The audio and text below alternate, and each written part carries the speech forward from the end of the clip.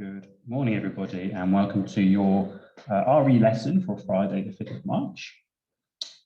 So we're going to continue learning all about Holy Week in the Christian calendar. And remember, our big question is, why do Christians call the day Jesus died Good Friday? So every year, Christians will celebrate on a Friday, a day that's called Good Friday. And that's a day when Jesus died on the cross. But it's a bit strange that Christians call it Good Friday, because usually if someone passes away, it's a very sad moment, very sad thing. So Christians have a reason why they call it Good Friday, and that's what we've been learning so far. So we're going to be thinking today about what Jesus did on his way to Good Friday during Holy Week. And particularly on Monday, Thursday. Last week we looked at the Last Supper. So today we're going to look at, first off, this picture. And here we've got a picture of somebody who is washing somebody's feet. Now, outside the picture, there is 4 things that I want us to make a statement about, 4 things we want to answer. So we've got, we can see that. Then it says 3 words to describe it. It made us wonder about, and we want to ask. So what I want you to do is I want you just to pause the video for a minute, and I want you to have a go at answering these 4 points. If you're at school, you will be able to talk to the children in class about these things. If you're at home, you might want to talk to a family member about it. Maybe you want to make some notes quite by yourself. So just pause the video and answer these 4 points. Okay, so let's first talk about what we can see. So we can see here, there's a lady here who is washing another person's feet. So they're washing feet.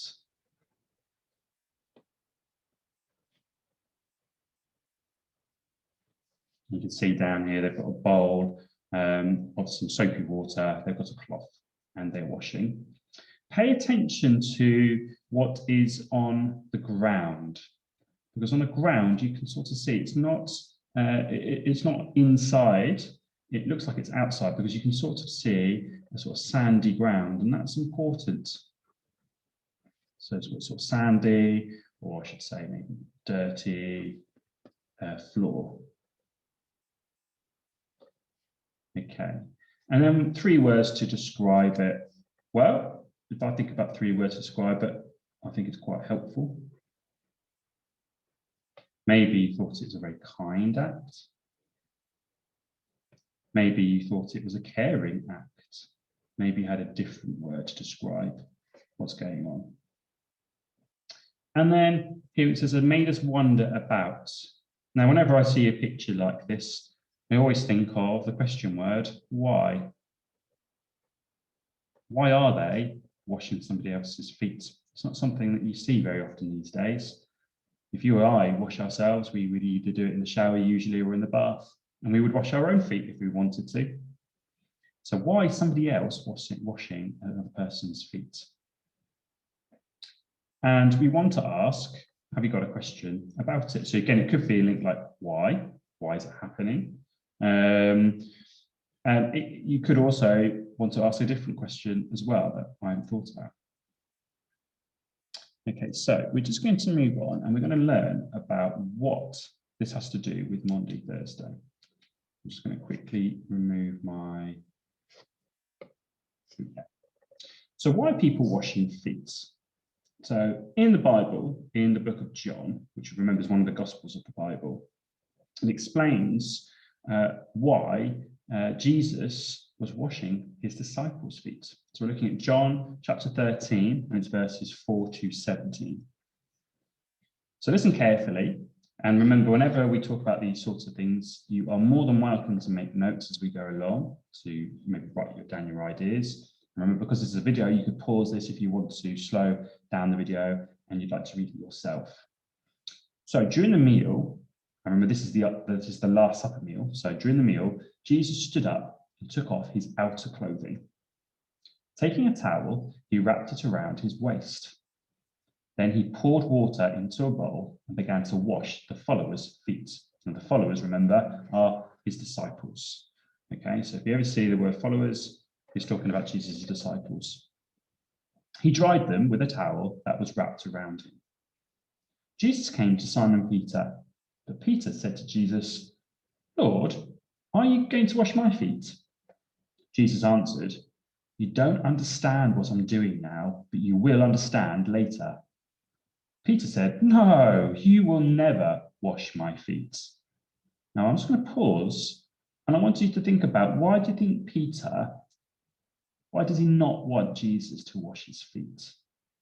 So again, you might want to pause the video and have a little think to yourself, why would Peter refuse Jesus washing his feet? Now remember, Jesus is the disciples' teacher. The Jewish word for that is rabbi. He's their teacher. He's sort of teaching them his gospel, his good news. And the disciples are following Jesus. And to them, Jesus is the most important person in the world. Now, Peter might feel that he's not worthy. He might feel a little bit embarrassed that his teacher, the person he calls Lord, is going to try and wash his feet. He might not think that he is important enough to have his feet washed. So Jesus said, "If I don't wash your feet, then you're not one of my people." Now, Simon Peter answered, "Lord, after you wash my feet, wash my hands and my head too." And what Peter means by that is he's saying, if Jesus is prepared to wash his own feet, and Jesus said that you won't be one of my people unless you let me wash your feet, Peter is prepared to actually cover his whole body in water if that meant he would be one of Jesus's people. So Jesus said, after a person has had a bath, his whole body is clean. He needs only to wash his feet. And you men are clean, but not all of you. Jesus knew who would turn against him. That is why Jesus said, "Not all of you are clean." When he had finished washing their feet, he put on his clothes and sat down again. And Jesus asked, "Do you understand what I've just done for you? You call me teacher and Lord. And this is right, because this is what I am. I, your Lord and teacher, have washed your feet. So you also need to wash others' feet. I did this as an example for you." And I want to just underline that bit here. I did this as an example for you. And remember, everybody, in Jesus' time, there wasn't any roads that were covered in concrete or tarmac. Most people in Jesus' time didn't own a very good pair of shoes. In fact, in Jesus' time, they would have worn sandals. And the roads would have been very dirty, very dusty. So often, if you spent all day outside working, you would have very dirty, very dusty feet. So it was normal in Jesus' time for you to wash your feet when you came inside your own home.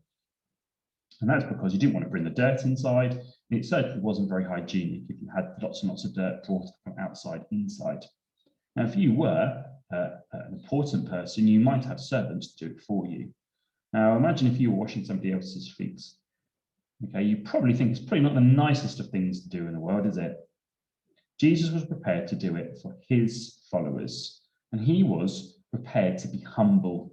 He didn't think that he was too important to get down on his knees and to wash his followers' feet. And he said to his followers, "I did this as an example for you." And Jesus did this time and time again. He thought it was very important that people saw his actions and were prepared to follow what he did as an example. So he goes on to say, "You should do as I've done for you. I tell you the truth, a servant is not greater than his master. A messenger is not greater than the one who sent him.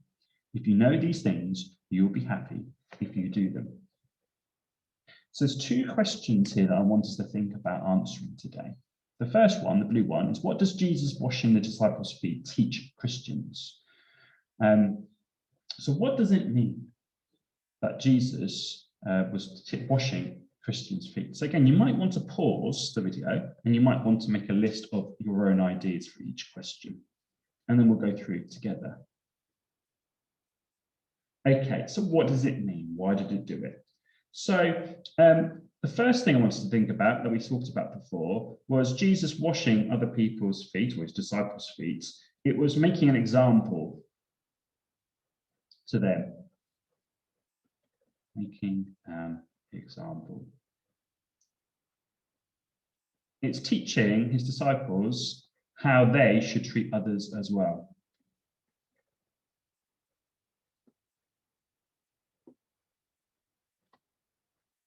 And remember, when Jesus is washing his feet, he's using that as an example, but he's using it a bit like a metaphor for his followers.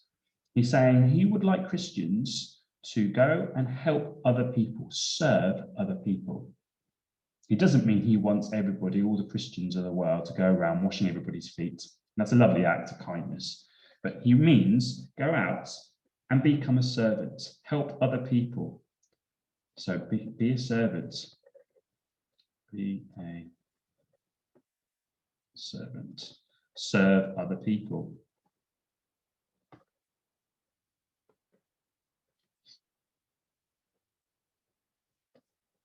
Okay. And the other one is, and we've talked about this before, this word humility. Humility means when you are prepared to do something that you prefer not to do, or you're prepared to do something that you think people who aren't very important should be doing. And Jesus was prepared to do this job, which would normally be a job for servants, people who weren't very important in Jesus' time. He was prepared to do this example, this job. So show humility, or be humble in your actions. Don't think something is not important enough for you to do. So be humble in your actions. And that is a main message that Jesus talks about a lot. No one is too important to help other people in something.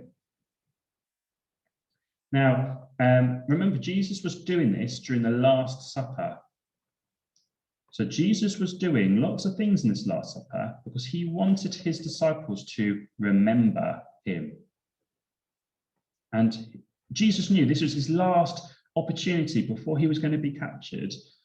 He thought this was his last chance to teach his followers, his Christians, a final message. So this is really important. He was using this opportunity to teach his followers his last messages, because he knew he was going to sacrifice himself. We know on Good Friday, Jesus was going to be put on a cross, and he was going to sacrifice himself. He was going to do that to help Christians to be able to ask God for forgiveness for their sins. Now, on the other side, it says how Christians could follow the example of Jesus by being a servant. Now, this is something, everybody, when we're doing RE, this is something that really, really shows that you are thinking carefully about what you have learnt. Because on the left-hand side, on this side here, this is teaching us about what Jesus is doing and why he's doing it. But on this right-hand side, it's talking about how we could apply it in our own lives. So it's thinking about how could Christians apply Jesus's teachings in their own life? How's it going to impact and change their behavior? Okay, so this is what you need to do. You need to think about things that Christians could do to follow this example. Okay, so for example, it could be putting other people in front of you, or putting others first. So maybe putting other people first. Not being selfish, thinking that you're the most important person, doing things for other people. Maybe they could be humble in their actions.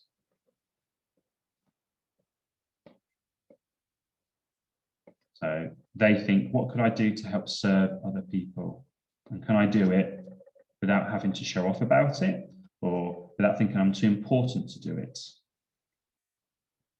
It might be thinking of people less fortunate than them.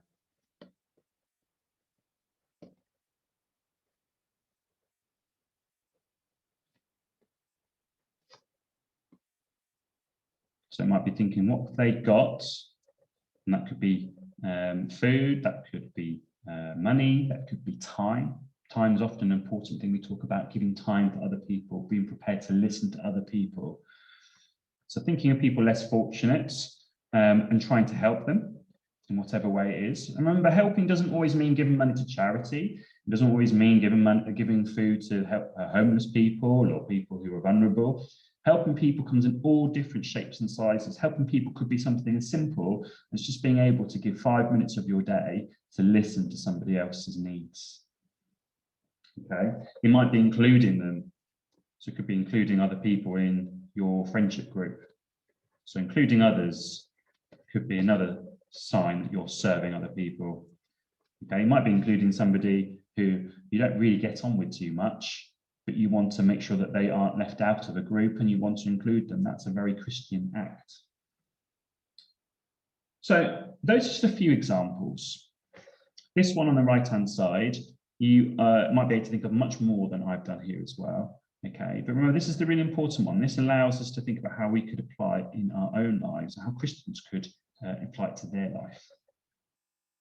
Now, what you're going to do is you are going to, in your pack, have a worksheet that's got 2 feet on. Okay, I'll show you mine in a moment. And you are going to record on those feet your ideas. So on one foot, you're going to write about what Jesus washing the disciples' feet teaches Christians. On the other foot, you're going to write about what Christians can do to follow Jesus' example by being a servant. So what I'm going to quickly do is just share my visualizer.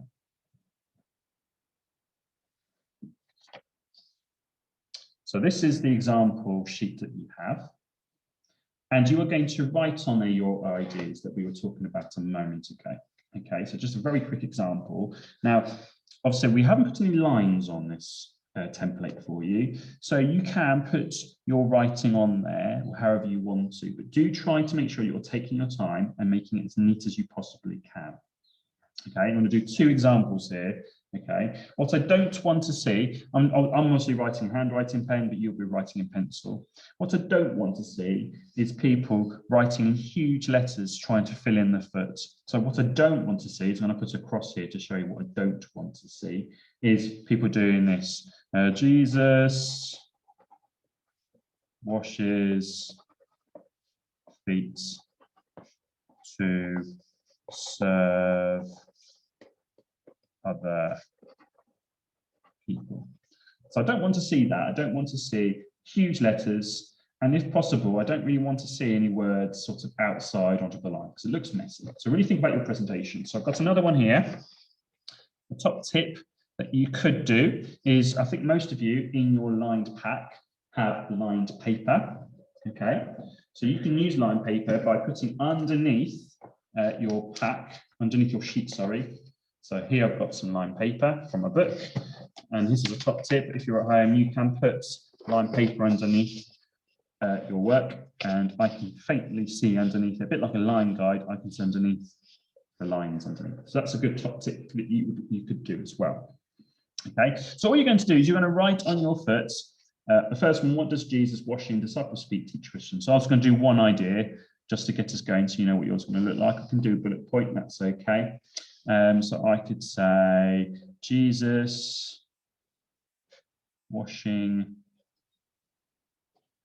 feet was an example to his followers. That's my first point. My second point might be this teaches Christians to serve other people. Okay, so you get the idea. Okay, now you have room to do a few more. Okay, if you've got another long idea, you could put a bullet point here and then carry on along the line. That's fine as well. If you've got another idea and you've got no more space on your foot, you can then write your continue answer on another piece of paper. That's fine as well. Okay, and then the second one we had was how Christians could follow the example of Jesus by being an example, being a servant. So again, I might want to put on my one, I'm going to put another bullet point. put other people first. That's one idea you could do. Another one could be humble in their actions. In their actions. Okay, so that's just a couple more ideas for you as well, so you know what yours is going to look like. Okay, so you want to completely finish both sets of feet. Okay, now you might want to decorate your feet afterwards. And remember, we want these to go into your RE books. They do need to be very neat and very tidy. So it's very important that if you're going to be doing some decorations, that you are being considerate about how it's going to look in your book. Now, my top tip, if I was going to be doing any sort of colouring in, is to use pencils only. Using felt tip pens is too dark and it's going to make it very difficult to read your writing. So pencils for this is the best one. So if you don't have colouring pencils at home, then my suggestion is you don't decorate it, you leave it blank so we can see your ideas. If you do have pencils though, my top tip is to very lightly choose a colour that's light, nothing too dark, and you can then shade in your foot in one colour like this. Again, I would just do one colour. If you do lots and lots and lots of different colours, it can become very messy very quickly and it's hard to see. So just choose, if you are going to decorate, just choose one pencil colour for the whole foot.